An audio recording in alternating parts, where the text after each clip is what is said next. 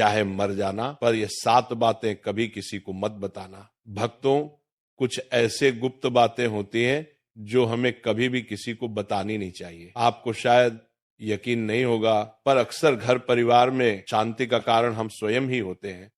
हम इस बात को देख पाए या ना देख पाए, पर यही सत्य है, क्योंकि जाने अनजाने में हम खुद ही अपनी वो बातें दूसरों को बता देते हैं जो हमें हमेशा गुप्त रखनी चाहिए। और वही बातें जो जाने अनजाने में हम दूसरों को बता देते हैं, वही हमारे दुख का कारण बन जाती है, वही हमारे घर परिवार की बर्बादी का कारण बन जाती है। और फिर बाद में हमें ये सोचकर पछतावा होता है कि मुझे ये बातें किसी को नहीं बतानी चाहिए थी, मैंने जाने अनजाने में मूर्खतावश बहुत बड़ी गलती कर दी। भक्तों, इसलिए आज हम आपको एक ऐसी कथा सुनाने वाले हैं जिसे सुनने के बाद आपको 8 ऐसी बातें पता चलेंगी जो जीवन में कभी किसी को नहीं बतानी चाहिए। दोस्तों, एक समय की बात है, एक गांव में रामलाल नामक एक व्यक्ति रहता था। वह व्यक्ति बहुत ही गरीब था, इतना गरीब कि उसको 2 वक्त का खाना भी बड़ी मुश्किल से नसीब होता था। वह काम की तलाश में पूरे दिन इधर उधर भटकता रहता, पर उसे कोई काम नहीं मिल रहा था। भक्तों, फिर एक दिन उसने अपनी पत्नी से कहा कि मैं जिस जगह भी काम मांगने जाता हूं तो हर कोई मुझे ये कहकर काम नहीं देता कि हमारे यहाँ काम की जरूरत नहीं है। मैं काम की तलाश करते करते थक चुका हूं। मुझे समझ नहीं आता कि मैं तुम लोगों का पेट कैसे भरूं, अपने बच्चों को कैसे पालूंगा, और ये चिंता मुझे दिन रात खाए जा रही है। ये सुनकर उसकी पत्नी ने कुछ सोचकर कहा कि तुम एक आदमी के पास एक बार ही काम मांगने जाते हो, और जब वो काम नहीं देता तो तुम दोबारा उसके पास जाते तक नहीं।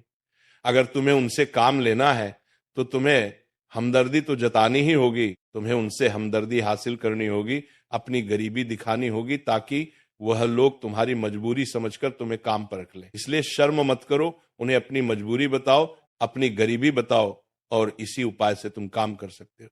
ये बात रामलाल के मस्तिष्क में बैठ गई और अगले दिन काम मांगने के लिए वो एक सेठ के पास जा पहुंचा, जहां पर वो पिछले दिन काम मांगने के लिए गया था।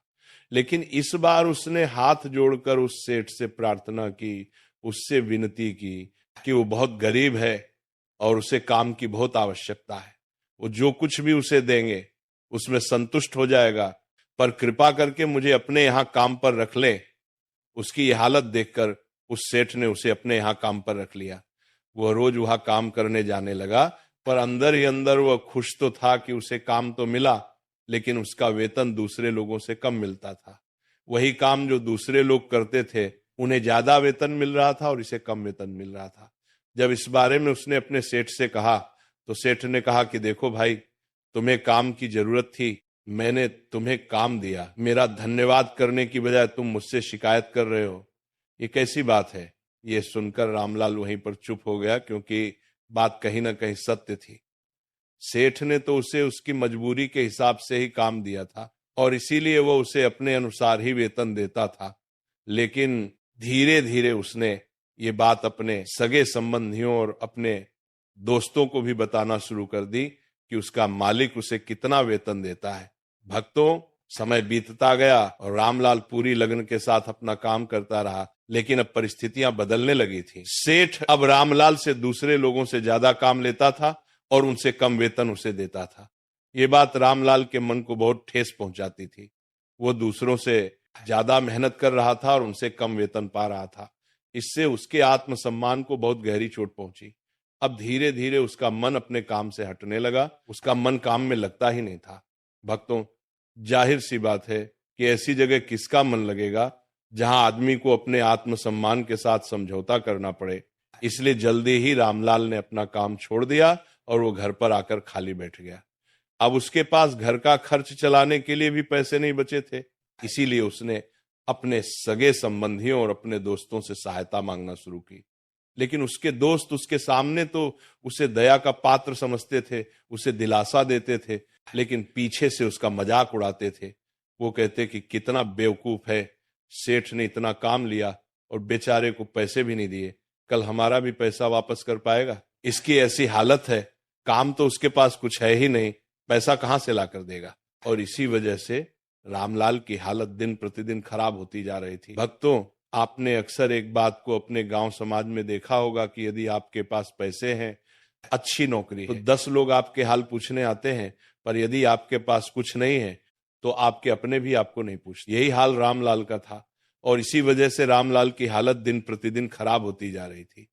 अब वह दिन रात तनाव में रहने लगा था। वही दोस्त, वही सगे संबंधी जो उसकी अपनी होने का दिखावा करते थे, वह उसे दया का पात्र समझ रहे थे। उन्हें उसके ऊपर तरस आ रहा था। सब लोग आकर उसे ज्ञान तो बहुत देते थे, लेकिन कोई सहायता नहीं करता था। और अक्सर ऐसा ही होता है, ज्ञान देने वाले तो बहुत मिल जाते हैं, लेकिन मदद करने वाले एक ही लोग नहीं मिल पाता। दोस्तों, फिर एक दिन रामलाल को पता चला कि पास के गांव में एक साधु महात्मा आया हुआ है, बहुत ही ज्ञानी है। रामलाल इतना तनाव में था कि उसे कोई रास्ता नजर ही नहीं आ रहा था, इसीलिए जाने अनजाने वो उस साधु के पास पहुंच गया। वहां पहुंचकर वो सीधे उनके पैरों में गिरकर रोने लग जाता है। वो रोते रोते उन्हें अपनी सारी स्थिति बताता है। उन्हें बताता है कि किस तरह उसके सेठ ने उसका फायदा उठाया और उसके सगे संबंधी उसके साथ कैसा व्यवहार रखते हैं। सारी बातें सुनकर साधु ने उसे चुप करते हुए कहा कि ये सारी समस्याएं तुम्हारी बुद्धिहीनता, तुम्हारी मूर्खता के कारण उत्पन्न हुई हैं। अगर तुम्हारे अंदर विवेक होता तो इनमें से एक भी समस्या तुम्हें दुखी नहीं कर सकती थी, लेकिन तुमने अपनी अभिव्यक्ति के कारण, अपनी मूर्खता के कारण खुद ही अपने रास्ते में कांटे बिछा दिए। पर उदास मत हो, आज मैं तुम्हें 8 बातें बता रहा हूं जो भूल कर भी किसी को मत बताना, और इन बातों का अनुसरण करते हुए तुम बाहर से मिलने वाले दुखों को तो दूर कर ही सकते हो जो बेवजह दुनिया की वजह से तुम्हारे अंदर पनपते हैं। साथ ही एक हंसी खुशी जिंदगी भी जी सकते हो। तो सुनो, मेरा पहला बात जो किसी को नहीं बतानी चाहिए वो है अपनी मजबूरी। अपनी मजबूरी का दिखावा करके दूसरों का दया पात्र बनकर उनकी सहायता लेने की गलती कभी मत करना। हो सकता है कि आज वो तुम्हारी मजबूरी देखकर तुम्हारी सहायता कर दें, लेकिन कल वह तुम्हारा फायदा उठाने से भी नहीं झुकेंगे, और अगर फायदा भी नहीं उठाया तो दूसरों के सामने तुम्हारा मजाक बनाने में वो आदमी कभी नहीं झुकेगा। इसीलिए कभी भी अपनी मजबूरी का दिखावा मत करो।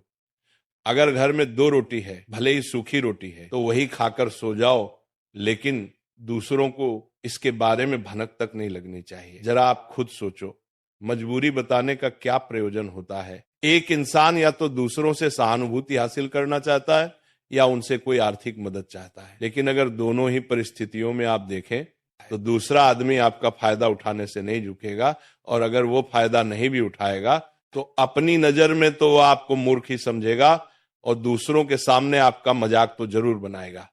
इसीलिए अपनी मजबूरी के बारे में कभी किसी को मत बताना। दूसरी बात जो किसी को भी नहीं बतानी चाहिए वह है अपनी अतीत की गलतियां और भविष्य की रणनीतियां। किसी दूसरे को बताते हैं तो उसका क्या प्रभाव होगा? वो गलत या ठीक तो नहीं की जा सकती, जाहिर है, तो उन्हें बताने का क्या प्रयोजन रह जाता है? आप अपने अंधेरे पक्ष को खुद दुनिया के सामने बता रहे हो, खुद अपनी गलतियां दूसरों के सामने बता रहे हो। इससे उस आदमी की नजर में आपका एक चरित्र घटित हो जाएगा और वह भविष्य में हमेशा आपको उसी नजर से देखेगा। इसीलिए किसी भी आदमी की नजर में अपना चरित्र घटित मत होने दो, और आप व्यर्थ में ही अपनी भविष्य की रणनीतियां दूसरों के सामने बता रहे हो।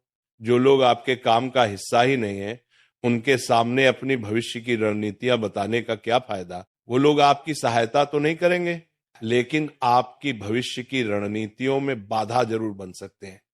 आप खुद अपने विवेक का इस्तेमाल करिए और सोचिए कि आपके साथ भी ऐसा हुआ है कि आपने अपनी भविष्य की रणनीति किसी को बताई हो और वह कामयाब ही ना हुई हो। मेरा तीसरा बात जो किसी को नहीं बतानी चाहिए वह है अपने घर की बातें। जो भी हमारे घर के अंदर आपस में बातचीत होती है, हमारे माँ बाप के साथ, हमारी पत्नी के साथ, हमारे बच्चों के साथ, वो बातें परिवार तक ही सीमित रहनी चाहिए। अगर आप इन बातों का दूसरों के सामने ढिंढोरा पीटते हो तो दूसरों को आपके घर में घुसने का एक मौका मिल जाता है और वह इसका फायदा उठाने से कभी नहीं झुकेंगे। वह आपके परिवार के सदस्यों को आपसे दूर करने की कोशिश करेंगे। हम समाज में देखते हैं कि हम अपने घर के झगड़ों को कम करने के लिए उन झगड़ों को अपने पड़ोसियों और दूसरे संबंधियों को बता देते हैं, लेकिन इससे आपको सहायता कभी नहीं मिली होगी, बल्कि आपके घर की लड़ाई झगड़ा और ज्यादा बढ़ गए होंगे, और ये जाहिर है कि वो बढ़ेंगे। अगर आप अपने माँ बाप की बातें दूसरों को बताएंगे तो आपकी माँ बाप को बुरा ही लगेगा कि हमारा बेटा हमसे बताए मगर दूसरों को ये बातें बता रहा है। इसीलिए अपने घर की बातें और अपने घर की लड़ाई झगड़ा किसी के सामने मत बताना। अगली बात जो मैं तुम्हें बताने जा रहा हूं, जो किसी को नहीं बतानी चाहिए, वो सुनने पर बहुत अजीब लग सकती है, लेकिन उसका सत्य भी मैं आपको बताऊंगा। अपनी आमदनी किसी को मत बताना। दोस्तों, अपनी आमदनी ना बताने के पीछे क्या वजह हो सकती है कि आप अपनी आमदनी अपने दोस्तों को बता देते हैं, तो जब आपके दोस्तों को जरूरत पड़ेगी तो वो सिर्फ आपको ही याद करेंगे, क्योंकि उनको पता है कि अगर आपकी आमदनी ज्यादा अच्छी है तो आप ही उनकी मदद कर सकते हैं, और इसीलिए ज्यादा लोग आपसे सहायता मांगेंगे। और जब आप उनकी सहायता नहीं करेंगे तो वह सोचेंगे कि इस आदमी के पास पैसे हैं, मेरी सहायता कर सकता है, लेकिन ये सहायता कर नहीं रहा है। और इसीलिए आपकी आमदनी आप दोनों दोस्तों के बीच एक झगड़े का कारण हो सकती है।